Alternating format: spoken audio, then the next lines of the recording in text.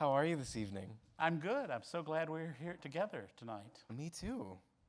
So I have to say the last time we were together was on the stage at the Castro Theater in San Francisco for your documentary called The Untold Tales of Armistead Maupin. Has anybody seen the documentary yet? Jennifer Crute's documentary. Correct. Yeah. Correct, yes, thank you, about your life. Yeah. How do you feel being honored in a documentary about your life? How do you feel? Very good when it's done as well as that was done. Jennifer did the documentary on George Takei called To Be Takei that came out a couple of years ago, and I saw that at the Castro Theater and sat there just seething with envy that some gay geezer got this treatment. But it turns out she specializes in that. And, right.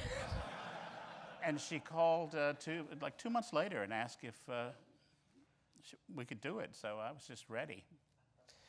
And so it's like a cross-promotional time, right? Because it's the documentary and your memoir. It wasn't designed as such. It wasn't? I was working on both things, and she was too, and the pieces have just kind of fallen into place in the most amazing way. The timing is such that they have fed each other all along. And my wonderful editor, Jennifer Barth, was in San Francisco when Jennifer Crute did an early screening of it and said, "Why isn't that part about your father in the book?" Interesting. So back to the drawing board. Really? Yeah, I mean, one thing really fed the other in an amazing way. And I don't know, it's just an eerie week for me. In what way? It's Christopher and I have our anniversary tomorrow. Oh my God. Can't be here, but he's on the West Coast, as I told you, caring for our dog who had a little minor surgery he had to go in for. So that's what I've been on the phone about all afternoon. And yeah, it's been. And there's a Netflix project in the works. Okay. It's developing Tales of the City as a miniseries for Netflix.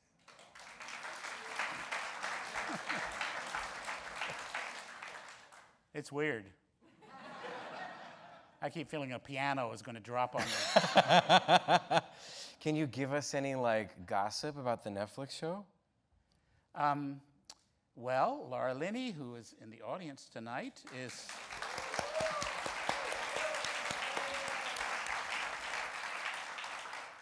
coming back as Marianne at the age of whatever Marianne is now. We're going to have to age Laura to make her look like her, but and Olympia Dukakis is going to be playing the 90-year-old Anna Madrigal. There's some other interesting things going on casting-wise. It's a much more diverse crowd at 28 Barbary Lane, which I'm happy about. Amazing. And, of course, a whole younger crew, because it's been 40 years since I wrote the fucking thing. Right, because Shauna is now how old? Brian and Marianne's... Well, I think we're making her 30-ish. Okay. Yeah. There's a lot of weird tinkering with a lot of things in that regard. You don't want to get too... If you're fans of the books, you'll notice that, for instance, Anna moves out of 28 Barbary Lane in the books. Right. But we had to have that house back. Oh, yes. And the set is going to be built here in New York. No way. So that gives me a lovely excuse to be here more often. That's exciting. Yeah. What about, is there a time, I'm going to stop asking questions about it in a second, but yeah, because all of us, we don't know. There's no timeline as of yet. For certain. Okay. We're still waiting. They're very happy with the latest script, and that's exciting. We'll see. Okay. I feel like I need to also just say that today, October 3rd, is the birth of this memoir. Today, it comes out today, right? Right. Everybody can buy their copies today and should. It is phenomenal. I read it this weekend, and it pierced my heart halfway through, and I started crying, and I couldn't stop crying. As is the case with most of your writing, all of your writing, I should say. And I wanted to know I want to know so many things about the book and so many things about your life. And I feel like this is such a treat for me because I'm such a giant fan of you. And when we were on stage at the Castro, I don't know if you remember me saying this, but they were asking about how, from me coming from a younger generation, right? What it has meant to me to read your material. And I really feel this way, and I'm sure actually every single person in this audience also feels this way, no matter what your age or generation, that some people go to the Bible to read and feel connect. I don't want to make this too big. Go to the Bible. You said I was God. Because to me, you are God, because and I know everyone here feels this way, when I read your writing, it hits me in such a deep way.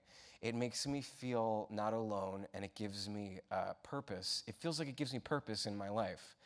And I know everybody else feels this way too. And so I have a lot of deep dive questions I want to ask about your writing.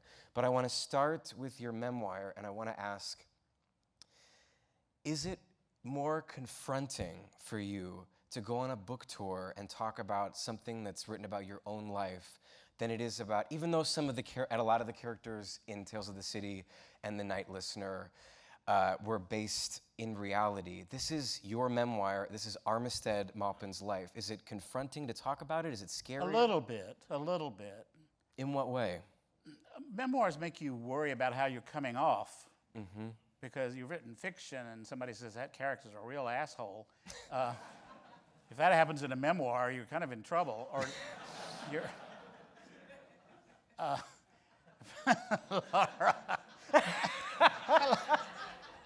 Oh, that's the cackle of my life. Oh.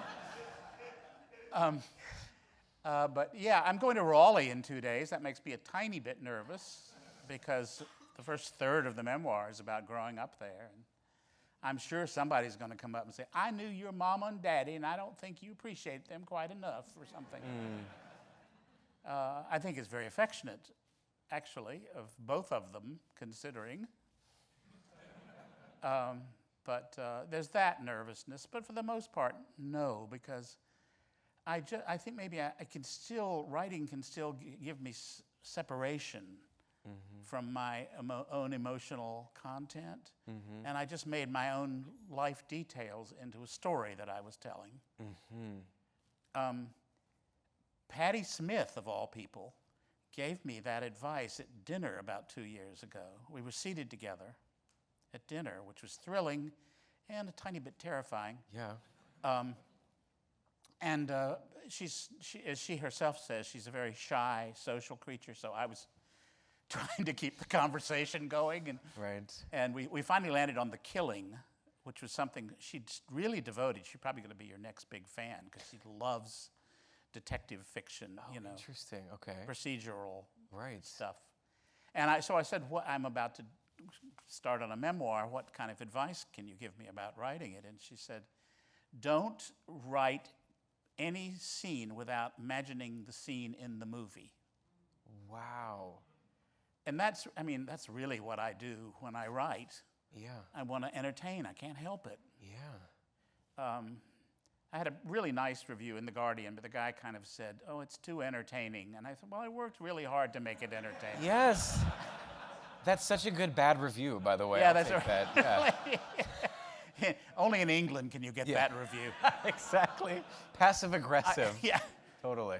But so I was trying to, and so that way you can kind of, make yourself the star of the story and stay separate from it. Mm-hmm.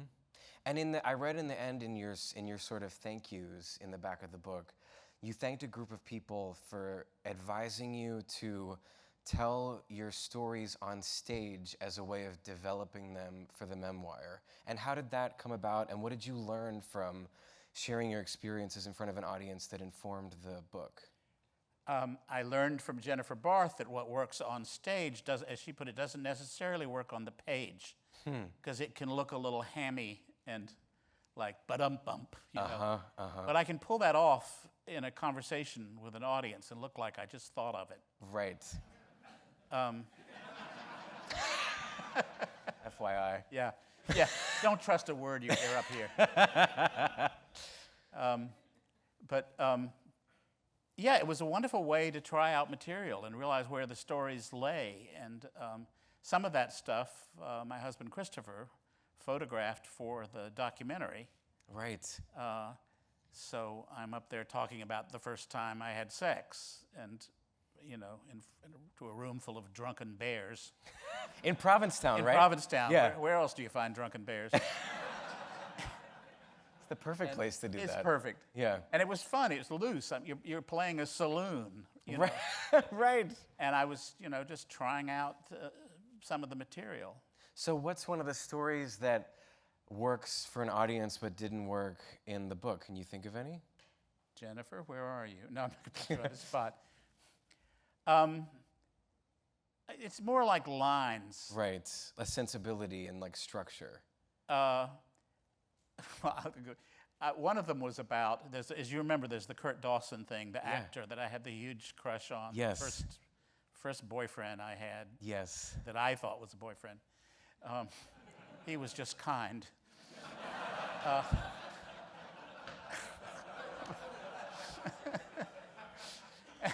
He said to me, "Oh, honey, you're just a young queen, and I'm an old queen." Wow. He was 32, I was 27. But I did what I've often done in my life, which is to figure out the theme music for the moment. If I'm somewhere on vacation or having a good time or with somebody, Yeah. I'll put a song. I'll figure out a song that goes with it. And then I can bring it back later on. I did that when I was 19 and wandering around London, and there were certain songs that I can now conjure up London in my youth with. And I had chosen for that particular romantic interlude, "If" by David Gates and Bread. Yes. Yes. Yeah, I know. It's all bubbly. It sounds like it's carbonated almost. Mm-hmm. And there's a line, when my love for life is running dry, you come and pour yourself on me. And you're way ahead of me.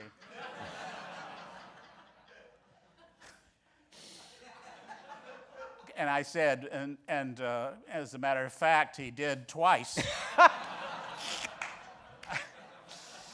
Oh. And Jennifer is a model of good taste and realized that if that was in the book, it would just be a little bit tawdry.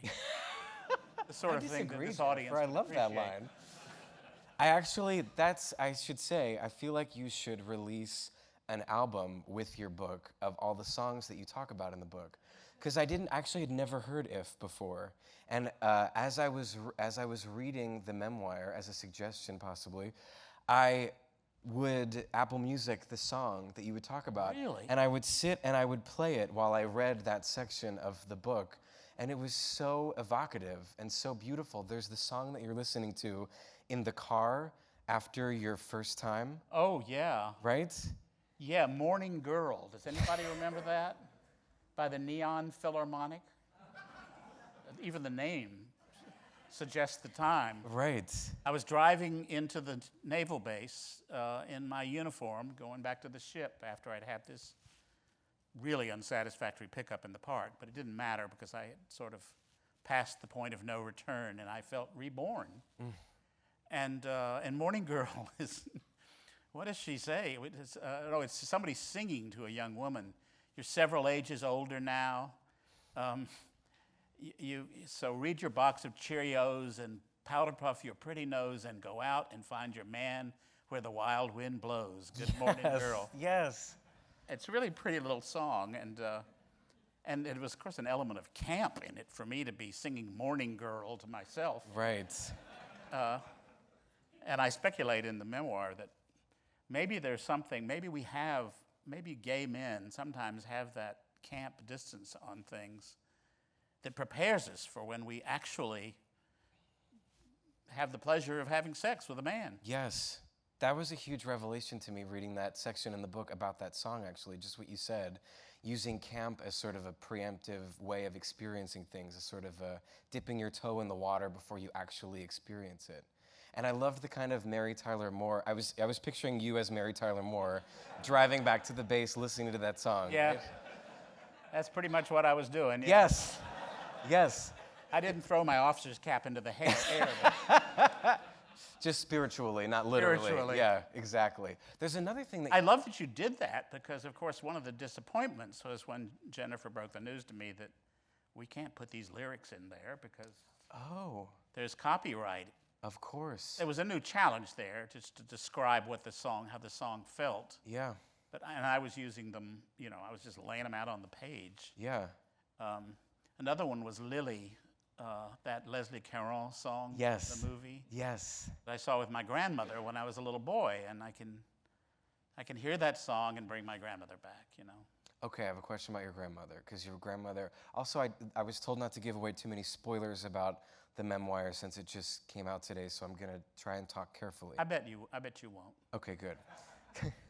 But your grandmother on your mother's side, Right. correct, was a suffragist, not suffragette, suffragist, Yeah. correct, and was a huge force in your life, okay? And there's some notes of Anna Madrigal in there, right? Mm. And I'm struck by this woman in your life who believed in reincarnation, right? And was so spiritual. And to me, there's a real, like I said, with in sort of jokingly and also not, about reading your text as almost biblical. It's a very, I think, spiritual experience to read your writing. And I'm wondering, I know that you're an atheist, right? And so I'm wondering how you... It's okay because I'm God. You just answered my question. Now it all makes sense.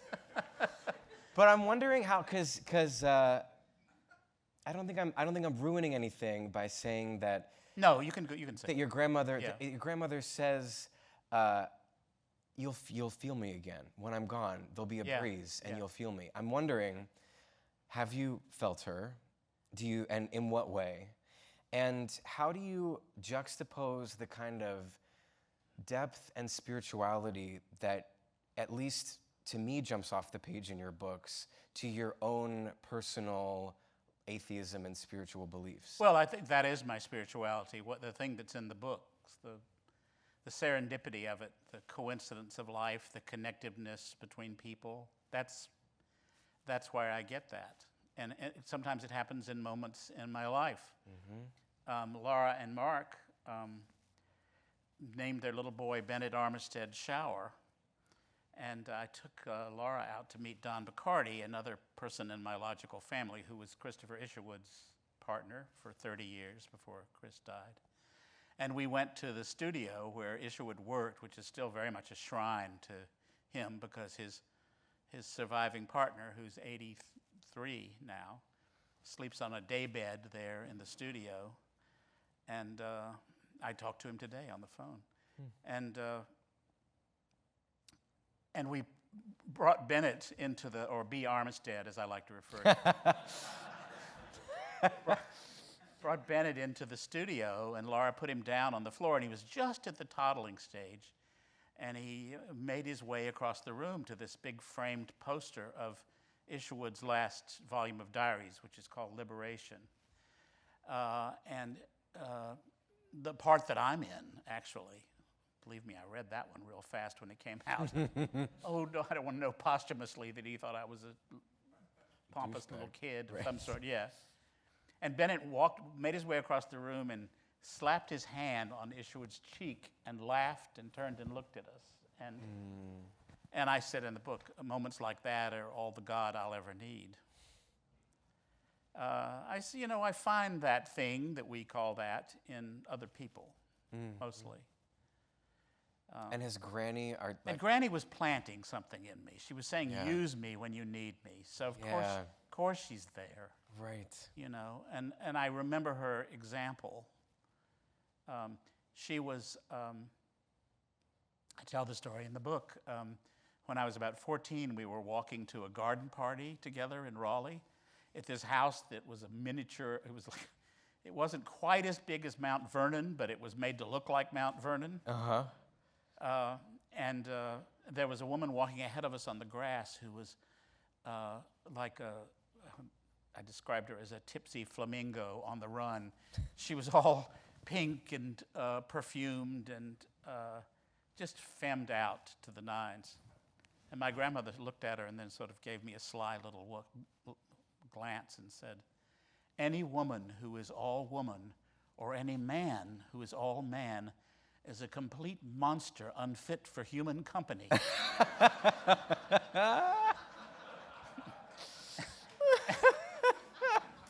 You know, and that came to me in 1958 in Raleigh, North Carolina. I'd never heard anything like that before, you know. Words to live by. And she, yeah. Right? Yeah. She told me that when I was little, because she would read my palm and we'd operate a Ouija board together, and she'd use it as a reason to give me little bits of advice that she could pass along. And she told me that I was she was sure that I was the reincarnation of her cousin Curtis, her artistic cousin Curtis, the bachelor. So she planted all these things that were there waiting for me when the time came, you know. That's beautiful. Yeah, she was lovely. There's this other aspect in your writing that I think about on almost a daily basis, especially in moments moments where something is presented and I have to decide whether or not to jump, like a risky moment or a moment of confusion or sitting inside a moment of boredom and looking for something else.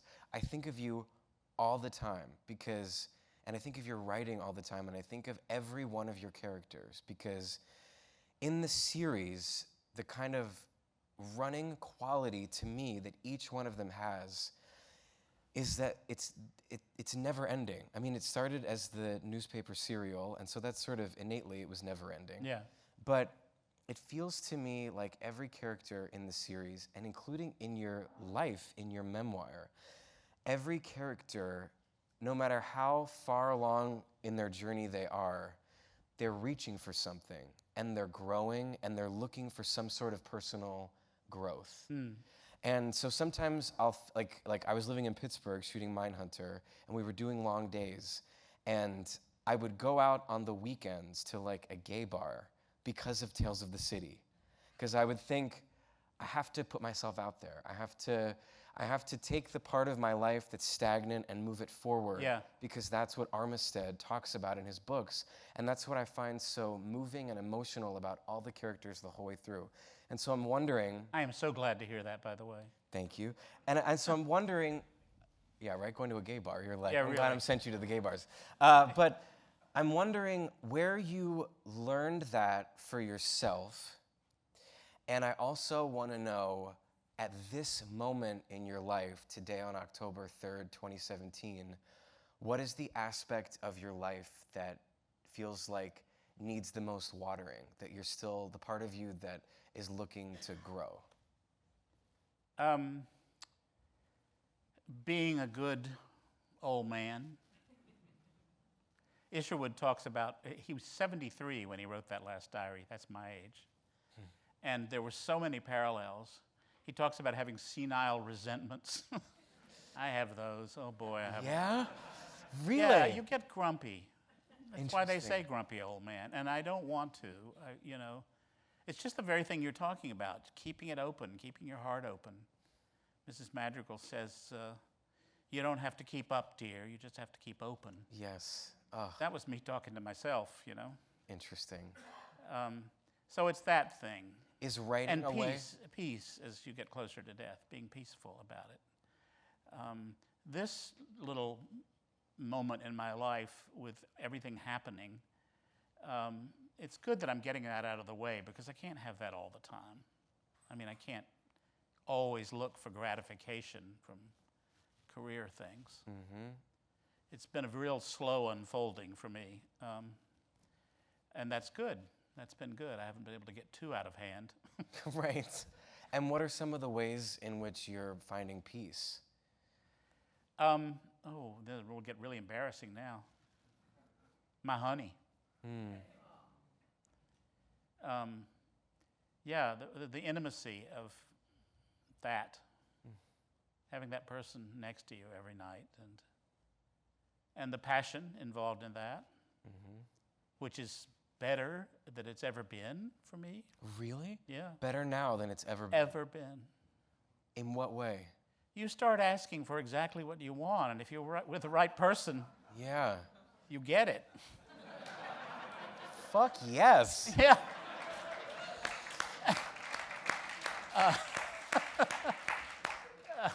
That was a lesson that was a long time coming. I was so awkward in my youth that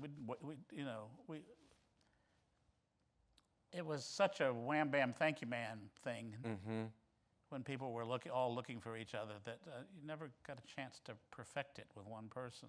And when you met Christopher, did you know immediately that this was going to be the thing that was going to lead you to this feeling? Was it, this is the forever guy? Or when did that revelation happen? I didn't put it in the book. I really regret that I didn't, because it looks like it was unimportant, but I've used it fictionally in the past. But I actually had a housekeeper, if you want to know how we met exactly. I had a housekeeper who was on a site called daddyhunt.com. And the housekeeper... The housekeeper was on it. Yeah, Okay. yeah. I checked in using his handle. As Wow. it were, which was Donkey Dad. What was the password? I don't-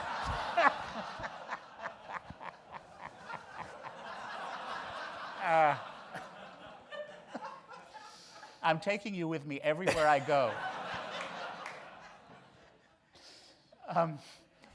He wanted me to see, he'd done some nude shots for the thing. He was 65 at that point. I had known him for a long time because we met at a safe sex party in the early 80s. Amazing. Basically a JO party. Great.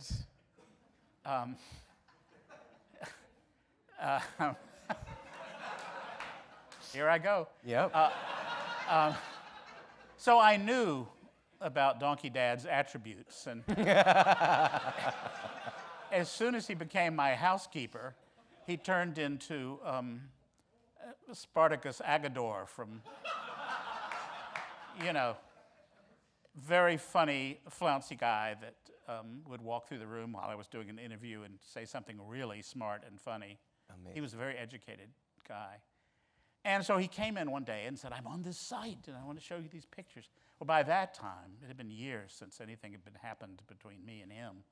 So it was a little awkward. It was like looking at nude pictures of your Aunt Agatha or something. Right.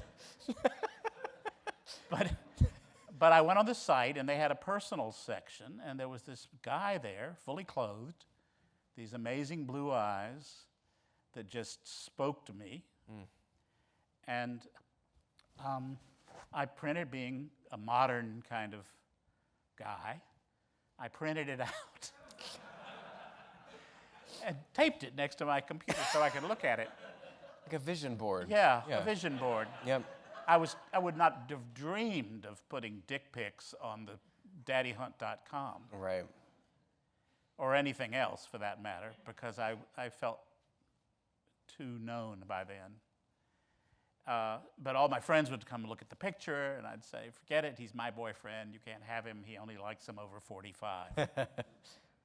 And one day, as miracles have a way of doing, I was walking through the Castro, and we passed on the sidewalk right there in front of Harvey's, and did this, what we used to do in the old days, which was stop and then turn around and see if the other person had stopped and turned around. Mm-hmm.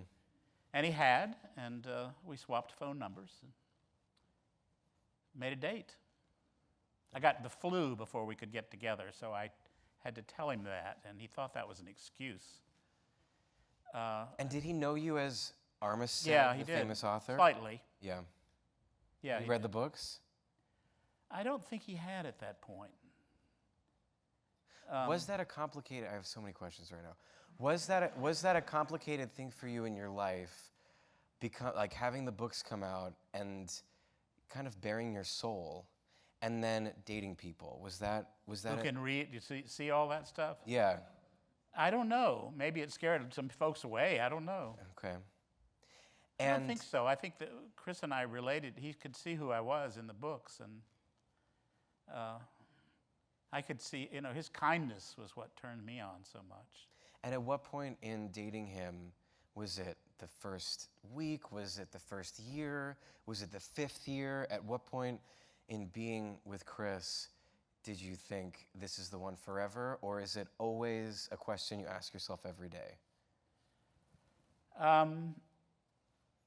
For a while, maybe for the first 5 years, I always thought, I know there's some movie I saw years ago when somebody says, some old queen says, "Oh, honey, didn't they tell you the young ones always leave? Well, what I had to end up believing in was the fact that Chris was genuinely attracted to men like me. So if I just got the heart part right, it would be okay. And then, of course, would be walking down the street and see some old white-haired geezer coming our way and think, oh my God, he's going to cruise him. You like that one, don't you? Yeah, you do. Tell me, you like him. He's like, there's this moment in the documentary that really sticks out to me, where you sit there and you grab your stomach, right? I had to. It was perfectly obvious it was the star of the scene. And you say, he likes this. Mm-hmm. Right? I had to own the fact. He made me own the fact that this is beautiful. He did. Right? I don't think I said beautiful. That's how I read it. Because it is beautiful and you are beautiful. And it was so moving to see you own this, like, hotness, right? Your hotness. Well, stop it. What are you doing after the show, honey? Having dinner with you, I think. And what, like... Yeah, I mean, I'm joking about it, but he did. He gave me that sense of confidence about myself. And was that the first, was that the first time you'd felt confidence on that level physically? Yeah. Yeah, my whole life I've been thinking I needed to lose weight, and I've been right my whole life, or at least on my standards of it. I look at the documentary and think, oh, that was my chubbier period in the early 80s, and they're just going up and down like a balloon over the years. But to find somebody that, the cool thing about that meeting on the street, when I said the most awkward thing I could possibly have said, didn't I see you on a website? Right. Well, it turned out to be a great thing to say because he had started the website. He was the master of daddyhunt.com. And I'd actually seen captions he'd written for some of the men on the site in there, and he'd be saying, look at this hot daddy, and I'd think, really? Right. Neil Gaiman in the documentary has the most wonderful thing. Chris and I have often laughed about it. He says, Armistead and Chris are like this strange fairy tale couple where each of them is the other one's ideal. And he said it was like some mystical figure came to Armistead and said, you are going to grow up this uptight little Republican kid from North Carolina, but just hang on, because when you get to the end, you're going to have your happy ending. That's a straight guy saying that. That's pretty sweet. Totally. So, yeah. I think I've reached the embarrassment point. Of the interview? Maybe everyone has. I don't know. Well, let me ask you, because in regards to that, the embarrassment factor, the other thing that I find so inspiring about you, and in watching the documentary, I have to say, everyone that I have told about it, and I've told everyone in my circle of friends to see it immediately, and everyone here has got to see this documentary. It's one of the most life-affirming things I've ever seen, and watching the documentary And that's also credit to Jennifer, who Yes, directed it, right? indeed it is. In a lot of ways, feels like reading your writing, because there is this unrelenting, naked ability to look at the truth in all of its forms. And you're so fucking honest and real about every aspect of your life. And if we could all take a page out of your book, the world would be a better place. And I wonder where you got this ability to be so truthful. And where you like got the fucking... I watched the Joan Rivers documentary. That was such an impressive lesson that she started free of makeup. Right. In that film, and before it was over, she was just the most attractive person imaginable because she was telling the truth at every turn. And I realized that I was going to have to do that. It's kind of my instinct in life, but I had to let go of the vanity. Like, what is that in your life? Because it's in your writing too. You're constant. Was it because? Is it part of it? And stop me if I'm putting words in your mouth. But does it have to do with like being closeted for so long and then coming out of that and needing to tell the truth, or what is that? Yeah, I think that was where it started, and then I realized it worked. People Worked like in it. what way? People like it. It's disarming. Right. I think sometimes I use it to distract people from some deeper truth that I'm not wanting to say at the moment, but... Perfect timing. Oh. Do you want to share your deeper truth that you don't want to share with anyone? No. So with that, it's time to go to audience Q&A. Look at that, saved by the card. So what we're gonna do now is take... That was good time. That was such good timing, right? You Oh, yeah, couldn't- the deeper they were truth like, is here. We're now gonna take questions from the audience.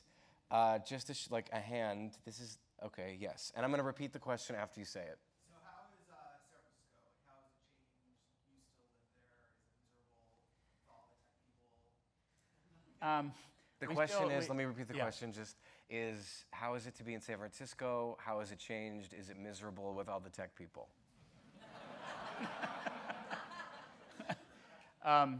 We moved away for about a year and a half to Santa Fe because we had sort of fallen in love with the scenery, basically. And it was cheap. You could buy an adobe house at the end of a dirt road, and I loved that experience, but we realized to what degree we were missing San Franciscans, or at least the friends that remained. And Santa Fe has a little bit of self-consciousness about itself. You get a little tired of eating clam dip out of a cow's skull. I haven't You know heard what you I say mean? that one yet. That's Oh, yeah, yeah, good, okay. That's good. Good. By the time the tour's over, that'll be real old. It's a little turquoisey. Mm-hmm.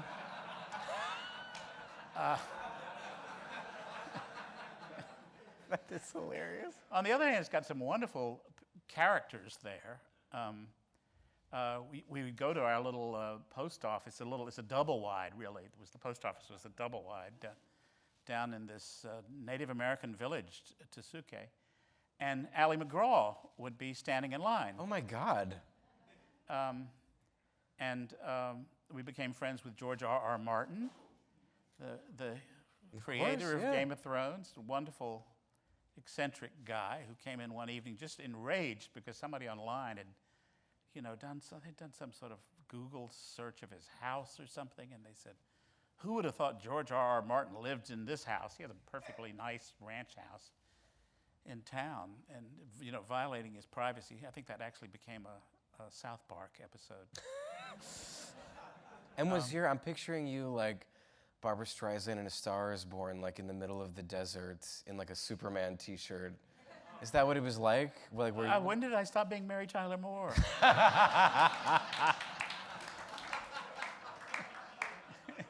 Touche. The weird thing is that I was having all these echoes of cowboy movies when I was little because I could look out the kitchen window and see we had two arroyos on either side of our property. There was 15 acres there, and this rolling desert thing. And I'd see Chris down, throwing a stick for Philo in the arroyo, I just had this really sweet, ranchy, like I was Dale Evans or something. That's who oh, look, there's Roy down with Trigger and the Arroyo.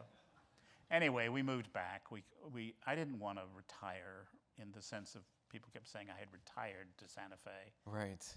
And so we moved back and had to rent, a really exorbitant rent, but we live right smack dab in the middle of the Castro.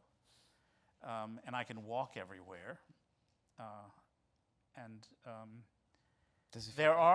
We have techies living upstairs, and there are young women in their 20s who are just as cool as they can be, who leave the house with a yoga mat every day. And, right. So I know it's not a monolithic thing, but you can kind of feel the privilege in the air, and it's a little unnerving. When I read that the Google camp at Burning Man had flown in live lobsters from Maine. Yes, I'm not making that up. It sounds like it should be in Tales of the City. It does. They did. That's so bougie. It's totally, yeah. It's like they were going for bougie. Right. Right. Have you named? So there is that. Have you named your apartment in San Francisco your current one? Because I know the one. Oh, it's good little question. No, I haven't. You haven't yet. No. Okay. Yeah, the first one was Little Cat Feet. Yeah, I love that notion that you say in the book about how you usually oftentimes name your spot that you're living. Yeah, I did for many years. We named the ranch the Rancho Rosado, which means pink ranch, basically. Ranch full of queers. Right. Gay ranch. And gay ranch, yeah. And never named that. We might have to consult with the people upstairs. You know. Yeah, totally. In the documentary, if you remember, they had pictures of me talking to the women on the staircase and saying that I kind of liked being back in a Mary Ann Singleton situation. And Yes. they showed a clip from the movie where Laura and Michael are on the steps at Barbary Lane, and there's something very sweet about being in a house with other people and hearing them. I don't know how much they can hear. We keep assuring each other that we don't hear things that you wouldn't want the neighbors to hear. Right. But they couldn't be cooler. I mean, we have wonderful neighbors. So it's a mixed bag. I worry about not being able to live there forever because of the cost of it. But right now, it's a great pleasure. All right. Do we have another question? Yes, you in the back. What would be the best introductory text for the works of Armistead Maupin? What would be the best introductory text for Your body of work. your body of work? Professor Groff. Am I supposed to? The first one. I mean, Tales of the City. It's a ride. You don't have to do it.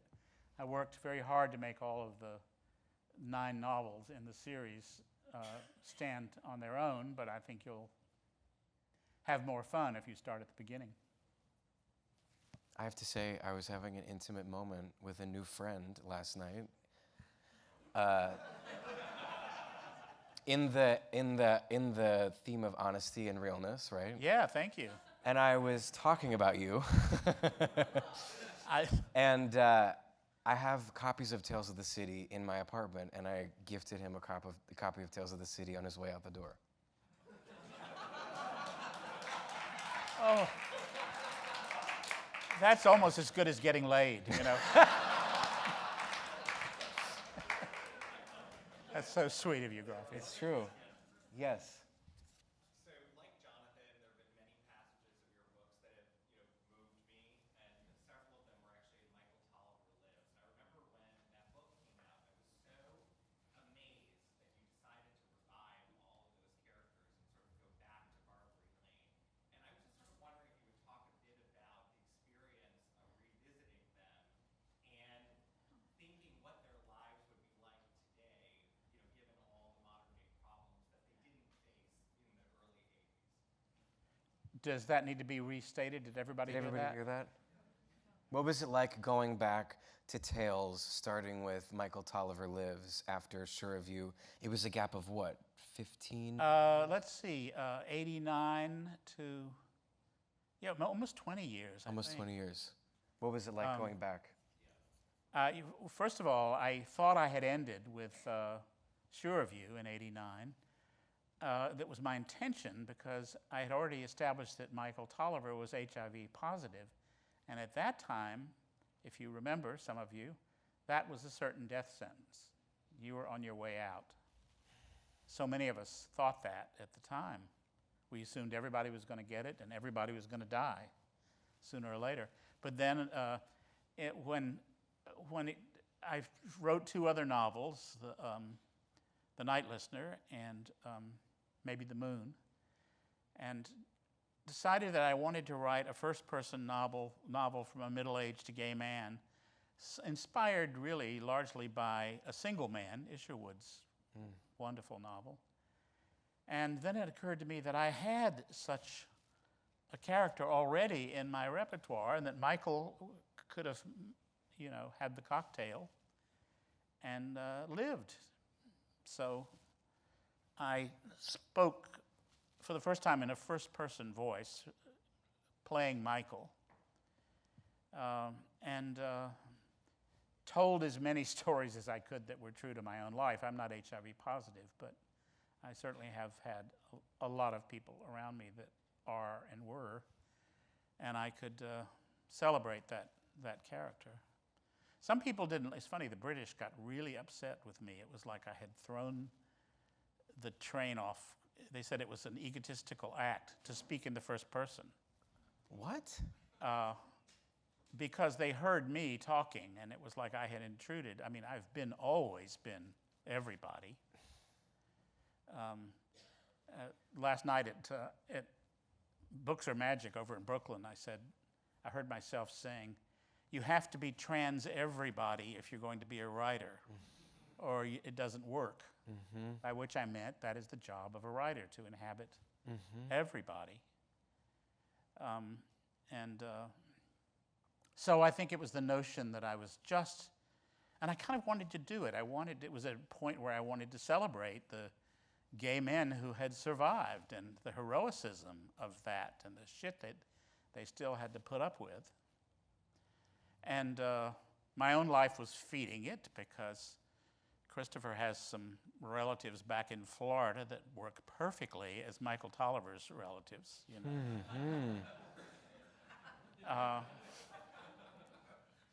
and I was able to use that. I'm always just picking bits from here and there. That's so funny because in my experience of reading them, like when I jumped to Michael Tolliver Lives after Sure of You, it was like I have this theory that the more we share of ourselves, the more effective it is. And when I started reading Michael Tolliver Lives, I kept seeing you, Armistead, but in a great way. It was like you were just getting closer and closer to your truest self, that in some ways I feel like this memoir, Logical Family, is such a logical next step, because it's like raw truth in a way that is even more emotional. It's like, to me, it just kept getting more and more personal in the best way. So fuck the British. Anybody else? Yes. Were you involved in the Tale of the City musical?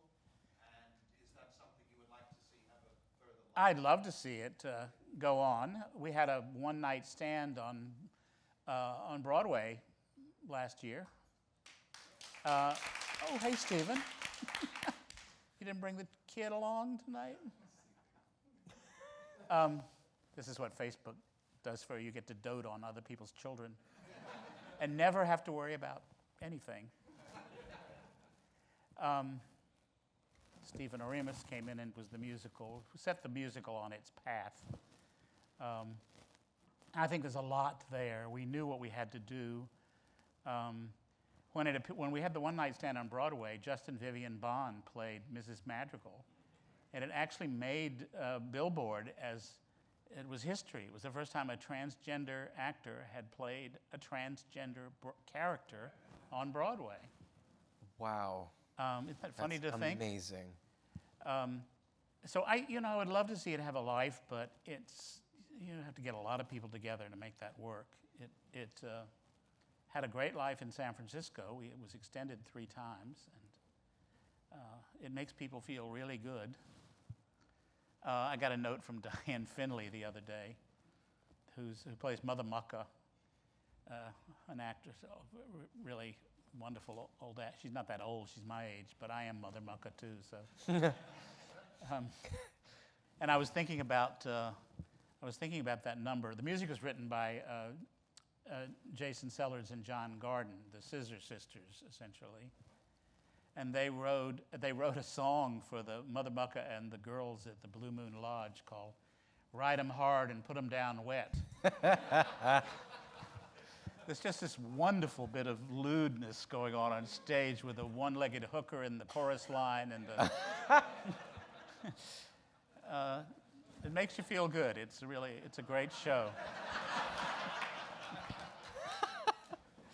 Do we have another question from the crowd? Yes, all the way in the back. For me, when I read Tales of the City, I really felt it was about how stepping out of your comfort zone can help you create a community around you. Mary Ann Singleton moves and she knows no one, but by the end, she has this family she's created to help and protect her. Do you think with technology now that's still something that's possible, or do you think technology has made it more difficult to make those connections because we're not talking to each other face to face, or taking the chance in the stairwell to meet your neighbors and things like that? I do think there's a danger of that, but it also has wonderful things going for it, The internet, the people we can find from our past. It's just how you use it. It's like any other tool. I think sooner or later you have to talk to people face to face or you go a little mad. I'm sounding like Norman Bates now. Everybody goes a little mad sometimes.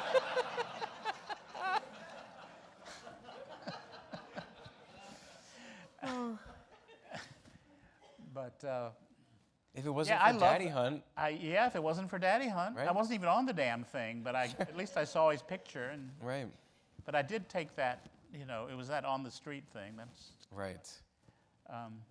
But I have met men that were in my division in the Navy on Facebook. And it's been nice. Some of it's been nice. We all know what the bad parts are like. Can I ask a question really quick? Yeah. I want to know, to that, right? I'm so curious to know how you handle negative criticism. You talked about this thing in the memoir where you learned this trick to, when you feel something bad, completely give over to the feeling. It's when you think you're going to be fired, but that guy says that mean thing to you. And you think you're going to be fired, and you just sit alone, and you just shut everything else out and live with the horrible feeling of shame and feeling like you're going to be fired. And you kind of force yourself to bore yourself with self-pity, right? Yeah. So where did you learn that, and is that a tactic that you use when dealing with criticism? Do you open yourself up to criticism? The tactic I have now is my husband, who just says, "Get over your goddamn self," because I've just read one bad review on Amazon or something. Mm-hmm. It's very easy the internet allows you to do that. You don't get away from anything if you seek it out. So Chris is a good influence. He's a very good influence in that way.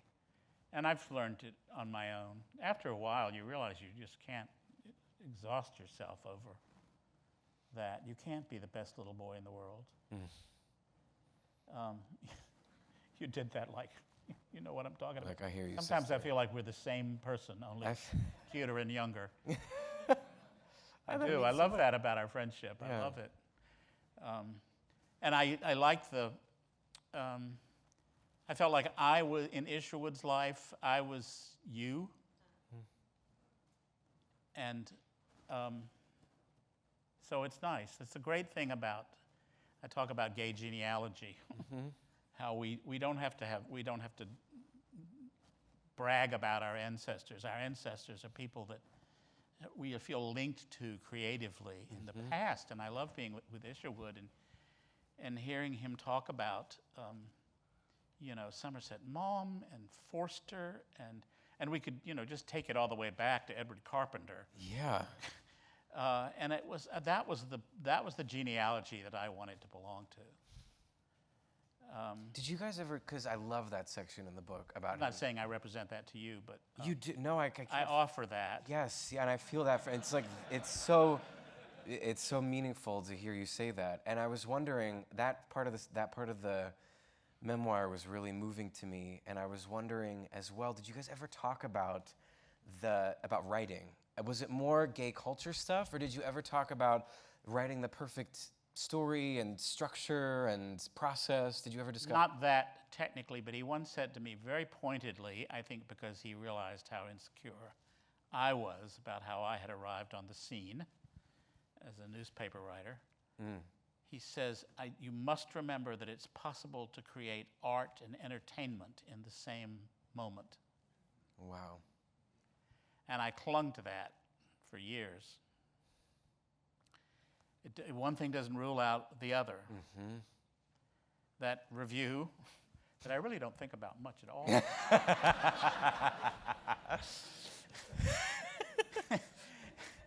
Ended with, after he said, what I was doing, how you could see how I was manipulating through language. His last two words were, "That's entertainment." Like that was the nastiest thing you could say about somebody. Right. Yeah. So I've never, I can't help it. It's what I want to do. I want to make, Wilkie Collins had this great motto about his serial fiction back in the 19th century where he says, make them cry, make them laugh, and make them wait. Oh, that's genius. I feel like you've done all of those things multiple times throughout your career. Thank you. Right? Thank you. Yeah. Why not, right? Let's take a hand. Do we have another question from the crowd? Yes. I was in attendance last evening, and I remember. well, I know you do. How are you? The age of the crowd, and I mentioned this to you, was substantially younger, which really surprised me because there's not a lot of artists or writers that can relate to multi-generations. Do you really realize that, and are you seeing that more with your memoir than you did with Tales? Well, it's just today is pub date. I'm certainly hoping that's going to happen because I think there is something there for, but you have to crack that generation. Somebody has to read it and give it to somebody else. That's a challenge right there, the reading part. I'm not being that snide about the youth of today. But yeah, I know that they're capable of entertaining anybody, and I hope that they feel universal in terms of the way in which I recorded personal insecurities and all of those things that don't change from generation to generation. So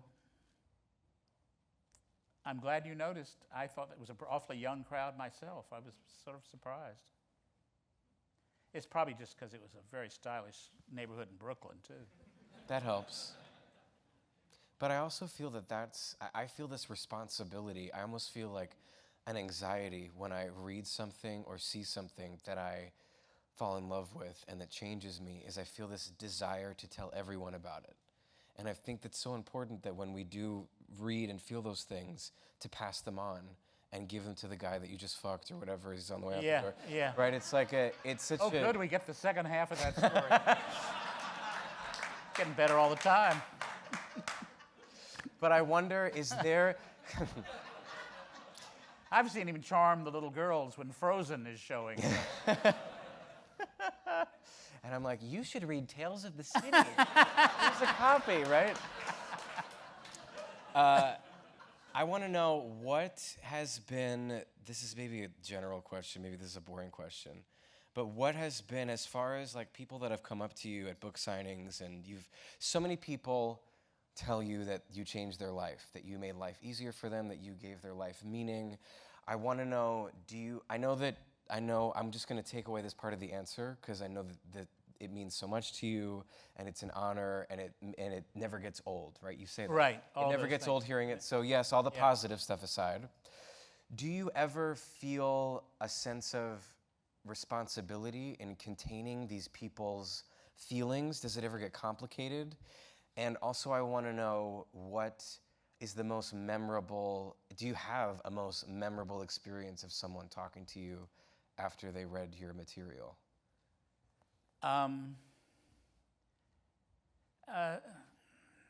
It's really hard to pull that one out of the air right away.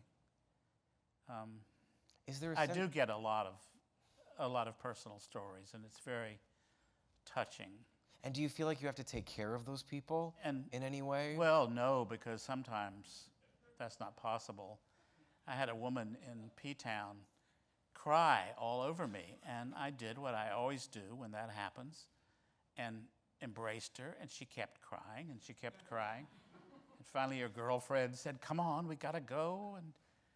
And so I followed her on Facebook, and I now know she's a raving fucking lunatic.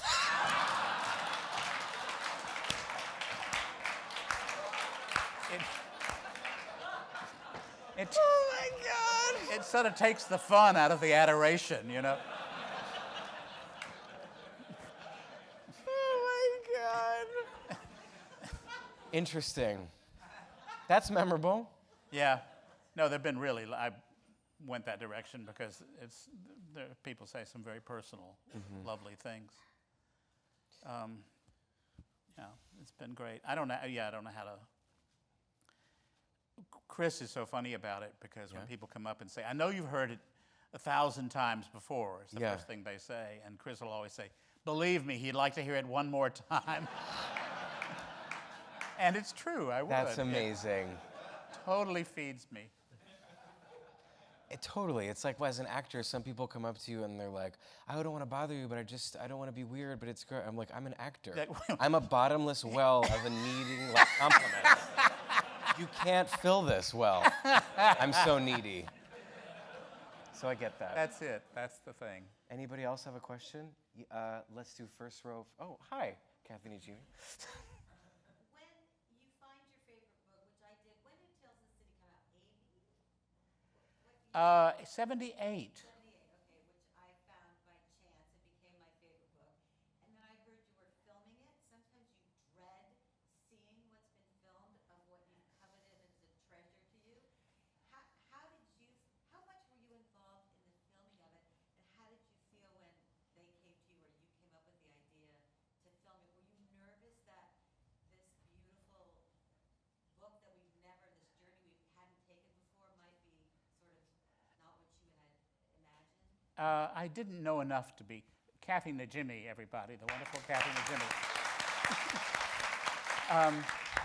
I didn't know enough to be nervous. I was just too excited that it was happening.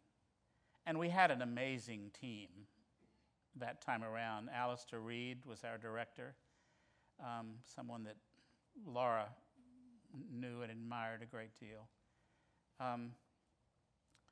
And there were times during certain scenes where I would think, no, you're not supposed to punch that word. You're supposed to punch that word. But I learned very early that actors do not want to be heard what word should be punched. And I should, keep my mouth shut about it. And things, often worked better than I'd imagined them working. So Wow. I didn't have any real nervousness about it. There were a couple of times when Alistair asked me not to be on the set for the first 2 weeks, and then I just couldn't take it anymore. He was kind of famously nervous. He created these brilliant works of art that he thought were failures, and they were always amazing. He did the first Traffic, that series. And I remember sitting at home and seeing the Marina Safeway scene, and he panned past a cut where, they're picking, it's like a hetero cruising scene at the grocery store. And there was this man and woman who talking, and the woman was caressing a large zucchini or something. And I thought, oh no, going, you know. I mean, look, I'm saying that, you know, Mr. Subtle. And I didn't know what was coming, but he knew what he was doing every step of the way. And the nervousness came a little later when we had to shoot in French Canada, in Quebec.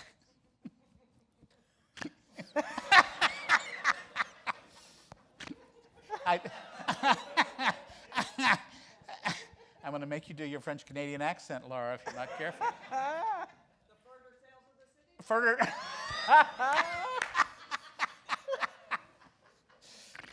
It was hard because I didn't want to, you know, it was just a cultural divide sometimes. We couldn't have the little house on the roof, little cat feet. Mm-hmm. So we had to build a set, and they bought a translight for the background, and the director brought me in very proudly to show me the translite, and I said, it was beautiful, but it's Oakland. You could see the Tribune Tower out the window, and it was a very, you know, like we somehow, you could feel the cultural clash in a way. And I tried to lighten things up, and there was never a good idea with me. They were shooting a Barney movie right next to our soundstage. So, do you remember this? I went over and got Barney, whose last name was Kersey. He was Jackie Joyner Kersey's brother, and had recently been busted for pot, as I recall. I adored him. My God. And asked him if Barney could make an appearance. So when we were shooting the scene from the view from the paint shack. Suddenly this dinosaur walks across in front of Oakland. And it just completely shut things down. But everybody wanted autographs for their kids. And Pierre wanted to kill me, our director. So the more I knew about how it worked, the more I had to pull myself back, because I know what I can do, and it has very little to do with the skills involved in making movies. So I tried to keep my mouth shut. I would say, like, I'm sorry, but I don't know what that sign in the diner means. Pogos, $2. This is supposed to be Winnemucca, Nevada, and they're advertising Pogos. Right. That's a Canadian corn dog. Interesting. Yeah, so. I want to ask quickly about, whenever I hear you read from your books, there is a very specific rhythm and like a musicality to your writing that I hear in my mind when I read it, and then when I hear you doing an audiobook or at a book reading or something, it's a very specific musicality. And I'm wondering if that's something you're conscious of while you're writing or you're reading out loud. And I'm also wondering, is there a type of music that you equate your writing to? I do hear it as music, but it's not any specific thing. I hear it as a rhythm that I can achieve in a paragraph. Years ago, I was in an appearance with some other HarperCollins authors who were very lofty literary figures. Mm-hmm. And I admitted that I sometimes know that a certain sentence needs a two-syllable word in a certain place, and I don't care what it is. I will find the right word, but that I have to complete the rhythm. And thank you.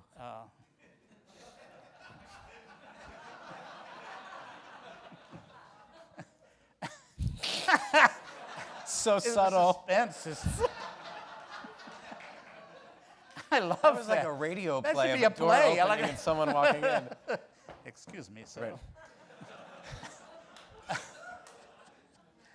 So I don't have to embarrass myself and name the author, but he was shocked that I would admit to such a thing. And it's just why? Because rhythm is a... I don't know. Because he writes big, thick, obtuse things. Doesn't give a fuck how it goes with the reader, you know. Yeah, interesting. I didn't narrow that down enough to embarrass anybody. But I was surprised that it was a shocking thing to hear. But I think it's such a huge part of the beauty of your writing. thank you. You're welcome. It says, please wrap it up. But I wanted to get the question that I said I was going to get in the second row really quick. Yeah. I'm sure I'm not alone when I say that Michael's letter home means a great deal to me. I'm sure it means a great deal to a lot of people in this room. I wonder if when it came time to write it, was it difficult for you? The easiest thing I've ever had to write, because I'd been wanting to say it for 15 years. I did it in 45 minutes at my desk at the Chronicle, and read it at it was to appear in the Monday morning paper, and I read it on the stage at the Castro Theater with Harvey Milk and Cleve Jones and various people in the audience, as part of a benefit when Anita Bryant was doing her thing. I guess she still is. I'd kind of like to meet her. I think that's what I should do. Is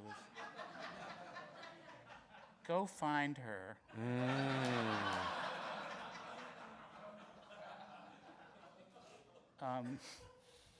But yeah, so it just came naturally from me.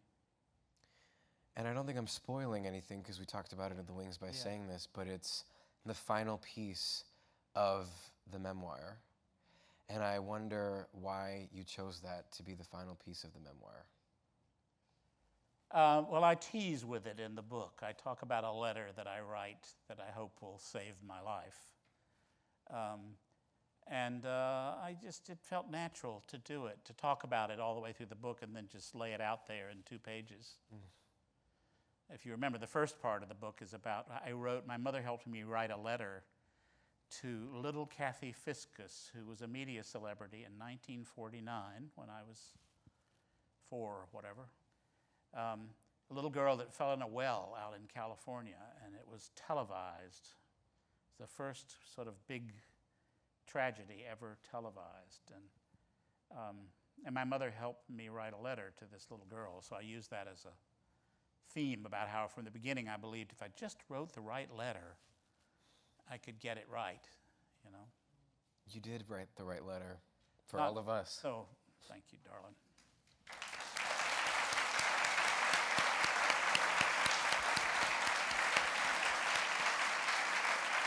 I have to say, thank you to the 92nd Street Y.